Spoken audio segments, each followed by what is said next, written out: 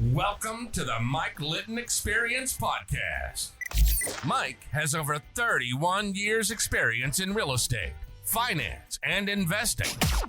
He's passionate about being a father, a teacher, a realtor, an investor, and a leader. Everyone has a story, and our passion is to help them tell it. And now, introducing the host of the Mike Litton Experience, Mike Litton. So what can you expect from the Mike Litton Experience? You can expect stories that will inspire, motivate, advice that will sharpen your focus, and expert information on real estate, finance, and market conditions. Jordan Birnbaum, thank you so much for being our guest on the Mike Litton Experience. Like we talked about before we hit record, everybody has a story, and our passion is to help them tell it. So with your permission, we're going to start with where you were born, go all the way up to today. And then we want to talk about the amazing things that you're doing in terms of teaching leadership, sales and marketing, the whole thing. As I told you before we hit record, I agree with everything that you're teaching and helping to consult on. So I want to make sure that we talk about that. Welcome to the program, bud. Oh my gosh, thank you so much. And I'm excited to dig in with you. But there was also something that I wanted to share with you that was kind of a really nice experience for me. And so one of the things that you need to know about me is that I love proverbs. Proverbs are sentences that are short on words, but long on meaning. Yeah. I'm like a proverb aficionado. And whenever I could write one, it's like a very big deal to me. Yeah. And as I was getting familiar with your work and I was kind of getting a sense of who you were, in describing it, it actually sparked an amazing proverb that I love. And it just happened. Can I share it with you? Of course. All right. There's two types of people that are extremely easy to read: stupid people with bad intentions and smart people with good ones. Yeah. And you are such the encapsulation of the latter. Oh. That's what this guy's good intentions are like visible from a mile away. It's so authentic in how you engage with everybody, and just, you know, people like you get me all fired up, and just sort of seeing how you're able to both make people feel validated and add enthusiasm into just almost every human engagement you have. And I just think it's fabulous. Wow. That's one of the nicest things anybody's ever said to me. And it'll be a newsflash for everybody that I wasn't the former, I was the latter in your mind. But that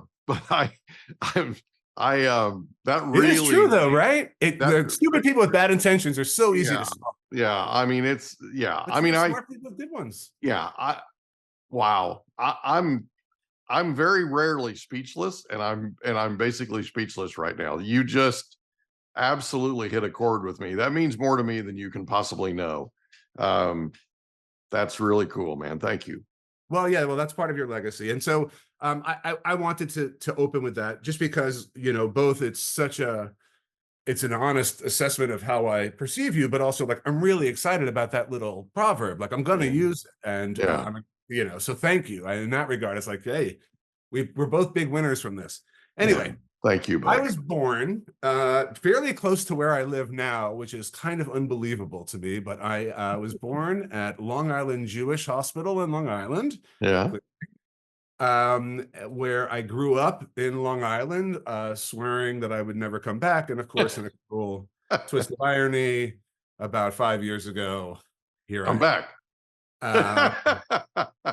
So this is what love will do to you, by the way. Yeah, right.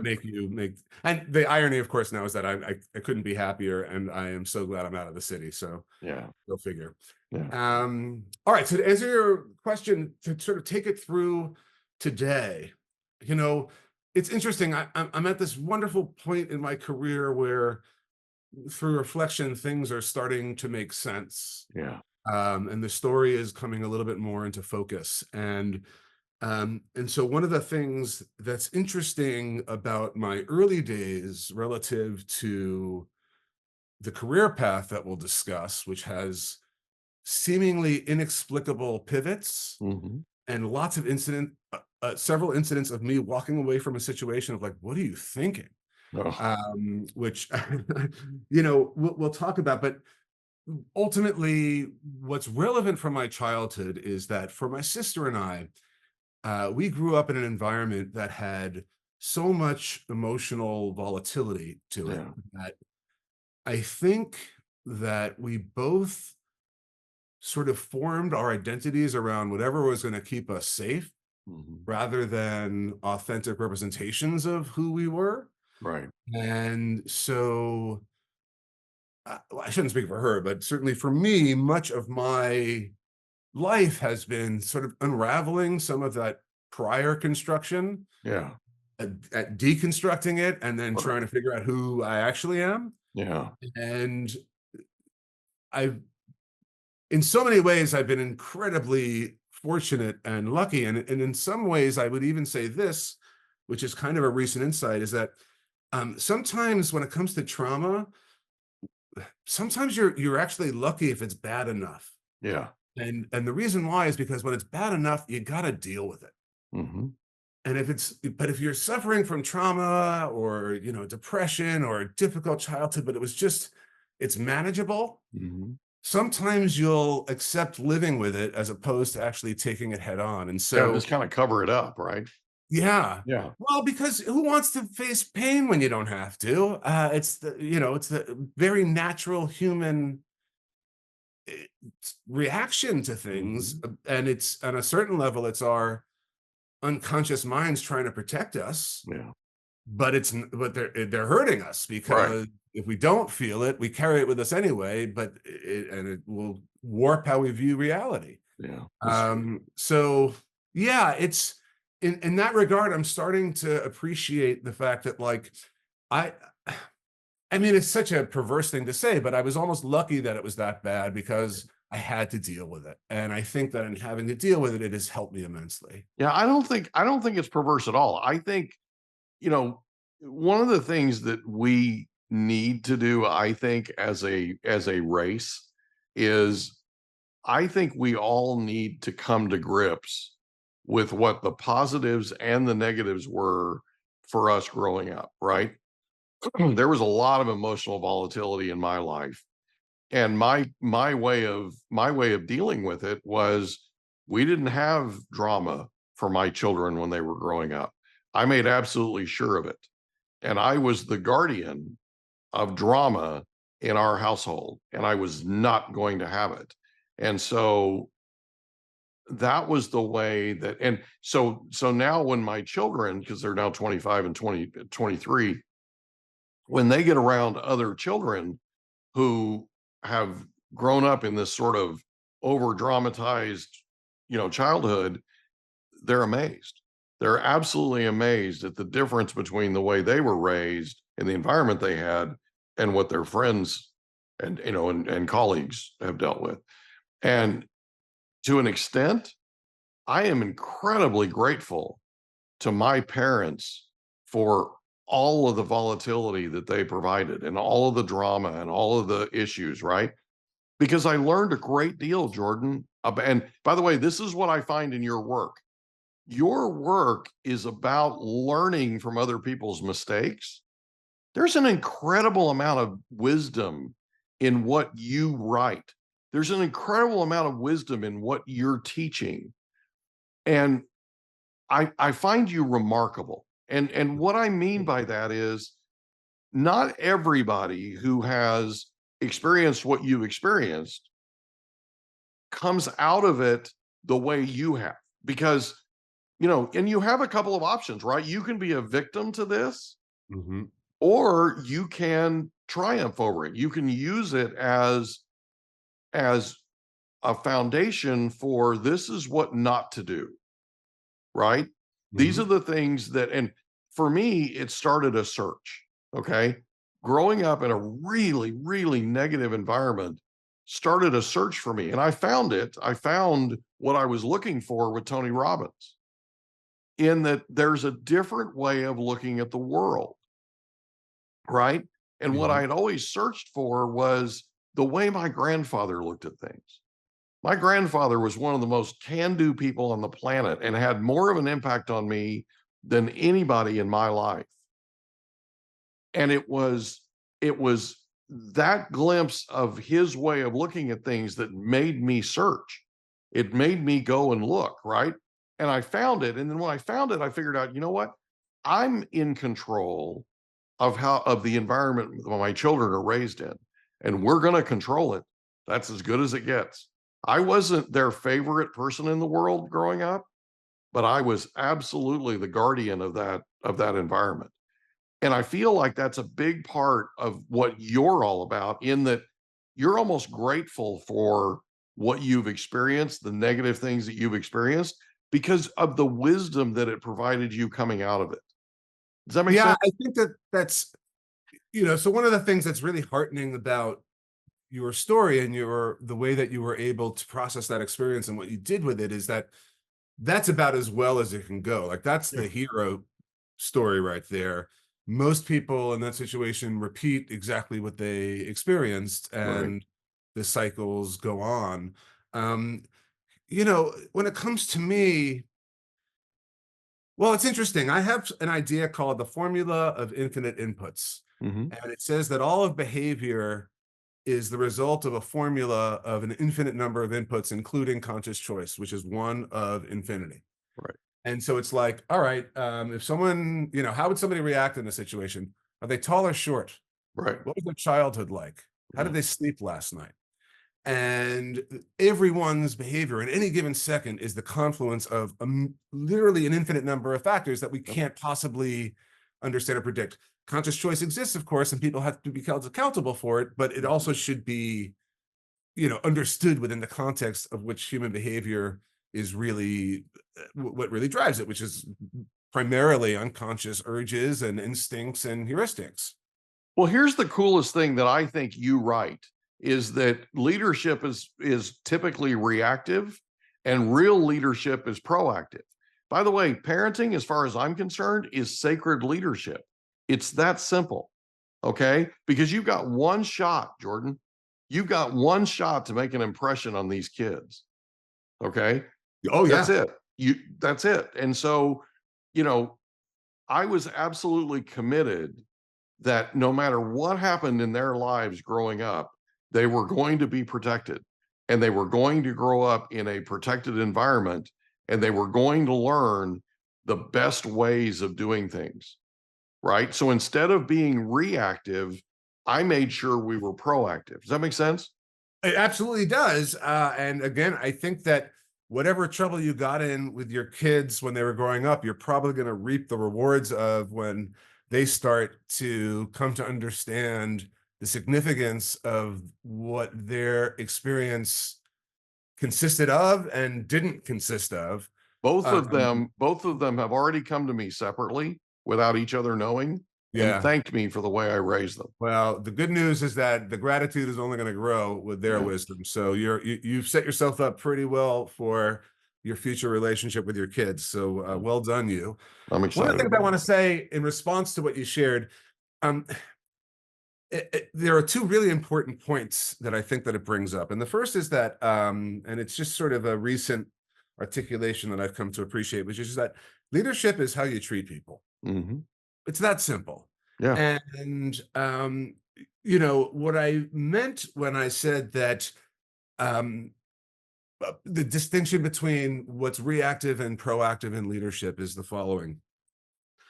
Whenever I teach people about behavioral science or industrial and organizational psychology, and I think this is true for most of social science, I don't actually teach anything that they don't already know. Right. All of behavioral science, all people are experts in it because we've all been experimenting with it since we're kids. Right. Like, whether or not we knew that there was this term called loss aversion, and we had this like conscious understanding that people are twice as likely to or twice as motivated to avoid losses as they are to secure gains. We Mhm. might not have had conscious knowledge of that, but everyone has leaned into that understanding, which they instinctively picked up through experimentation as a kid.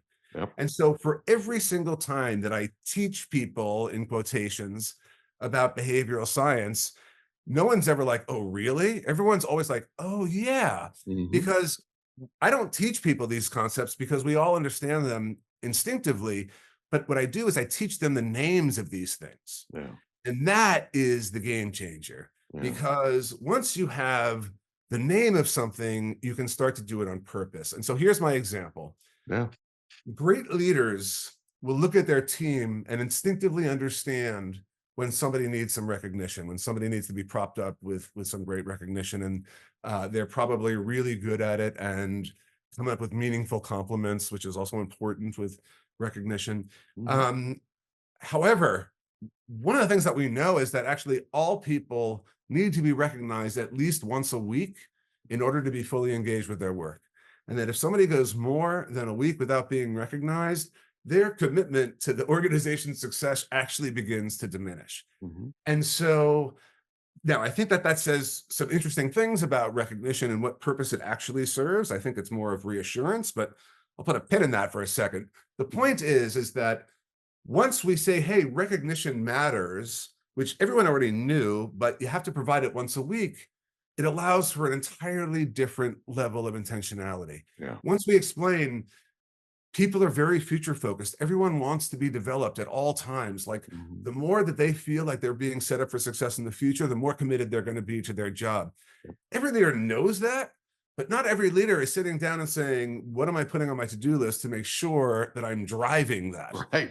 And so that's what I'm trying to do, is to just surface this stuff that all great leaders already know, but take it from reading the room and reacting well to starting to do these things proactively so that they're actually driving the results in the room instead of reacting to them. Yeah. And I think so. There is so much in wisdom and brilliance in what you're teaching. And I want to make sure that I acknowledge this. Okay. So when I was young, I had an idea that I think most people have of what sales is. Okay. It was a guy with slicked back hair that, hey, baby, sign here, press hard. There's 3 copies. Okay. And it was all about, how can I trick you into spending more money than you were here to spend? How can I do the used car salesman thing? And right, how can I manipulate you, basically? Right. Yeah. Then I have the opportunity to be certified by Tony Robbins in sales mastery. And what I learned is what you teach, which is you can't sell people until you know what their need is. You have to start with their need. You have to start with what it is that they're looking for. You have to figure that out, right? And the brilliant thing about what you teach is you do everything you do with the end in mind first, right? So you're basically looking at this and going, look, if we sell this product to this particular consumer, this is what the consumer's looking for, right? If we're marketing to this consumer, this is what will make them act. This is what they're looking to react to. You with me? Exactly. And then you provide that. You basically reverse engineer it. And that's exactly what people need to do, and they're not doing, right? So like one of the things you talked about with leadership is that leaders basically, real awesome leaders, right? World-class leaders are proactive, not reactive. Yeah. And it's, again, the end in mind, right? Because in order to be proactive, you've got to know what it is that you're recognizing in the person that's across from you. That's exactly right. That's important. There's also there's a wonderful quote that I want to share or paraphrase that I think is really going to speak to you about sort of this idea of your original conception of sales. Yeah. And what you're saying, which I completely agree with, and is that empathy is an absolute requirement of sales. Like if you don't understand what is happening with the people emotionally, practically, contextually, you have no chance of creating a strategy to reach them. Yeah. But in terms of like trying to manipulate people, I think of, this is what I'll paraphrase. It's from a book called Ender's Game. and a wonderful sci-fi thing with a great movie, which is worth watching. If you like this quote, you'll love the movie. And the quote is, "In order to defeat my enemy, I must first understand him. Once I understand him, I no longer want to defeat him." Yeah. And it's gorgeous, isn't it? Yeah. But the idea is, if you're going to do successful sales and marketing, Yeah. or product development, you have to understand the people whom you're trying to reach. And once you understand them, you love them. Yeah. And so you're not thinking about, how do I manipulate these people? You're thinking about, how do I help these people? How do I let them know that, like, I'm with you and I understand you, and this is really going to help you. I don't think people don't really succeed selling products they don't believe in. Even if they have practical success, I think it has a long-term effect on their psyche, and really has a terrible impact on the rest of their lives, actually. So it's the more that we can sort of describe empathy as a tool of strategy, and the merits of empathy for making better business decisions and people decisions, the more that concerns about the ethics behind it sort of take care of themselves. Yeah. I totally agree with that. And it's a wonderful idea. I've been in positions of leadership before. I know it's hard to imagine. Not at all. Are you kidding? He's like, I'm fired up. I'll run through a brick wall for you right now. I love you, buddy. So I've been in positions of leadership before, and one of the things that I've found, and this is part of what I love about what you teach. What I've found is there really is a common denominator amongst great leaders. And I don't care who they are, okay? John Maxwell is one of my favorite people in the world. John Maxwell used to be the pastor of a church here in San Diego. It's called Skyline Church. And one of the things that is remarkable to me about John is everything he does has love in it. Okay? And love is the basis for any sort of empathy. So one of the things that I wanted to discuss with you and ask you about is, when you're a leader and you're leading people, those people are going to test you. They're going to do things that they push buttons, so to speak, right? That they think you will potentially react to. And if you react to it from a place other than love, like, in other words, if they come at you and you return their energy, in other words, no empathy, right? If you return their energy and you're reactive versus proactive, you're going to lose them. So talk for a second about being a leader and getting tested by the people that you're in charge of leading, right? And they push buttons and try to get you to be reactive. It's a fabulously layered question that I love. And it actually makes me want to bring up sort of a bigger point first, two bigger points first, which one of my pet peeves with all sorts of leadership development is we always talk about our teams and the people we manage as though they're perfect angels who deserve treatment and are always going to behave in a way that deserves us treating them with this sort of best practice that we preach. And like, nothing is farther from the truth. Like, some of the people on our teams are awful. And figuring out how we manage that is really important. And I don't think that leadership development does a good enough job of acknowledging that truthfully. But the other point, I suppose, is the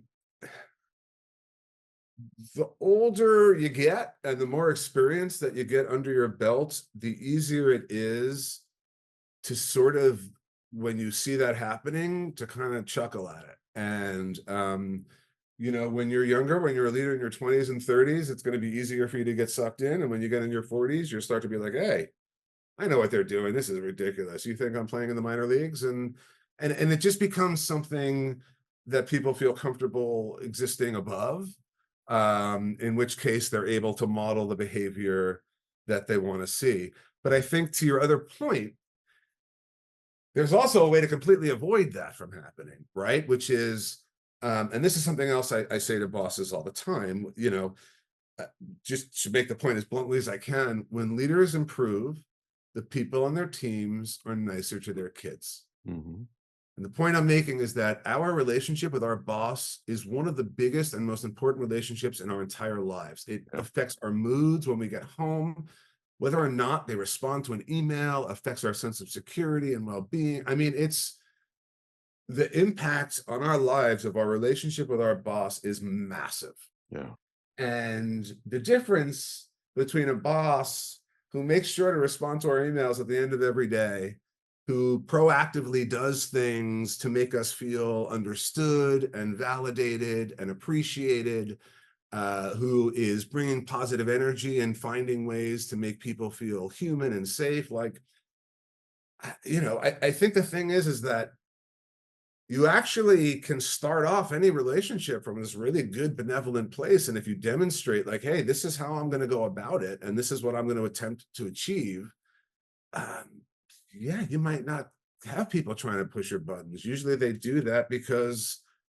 We hope you enjoyed another episode of the Mike Litton Experience. If you did, do us a favor, smash that subscribe button, tell your friends, family, and coworkers about our program, and wherever you get your podcasts, please leave us a rating. It helps us to connect with quality people just like you. And that's a wrap. Another episode of the Mike Litton Experience in the books. Reach out to Mike on Instagram at Litton Realty. Want to meet with Mike? Check out calendly.com/Rio760.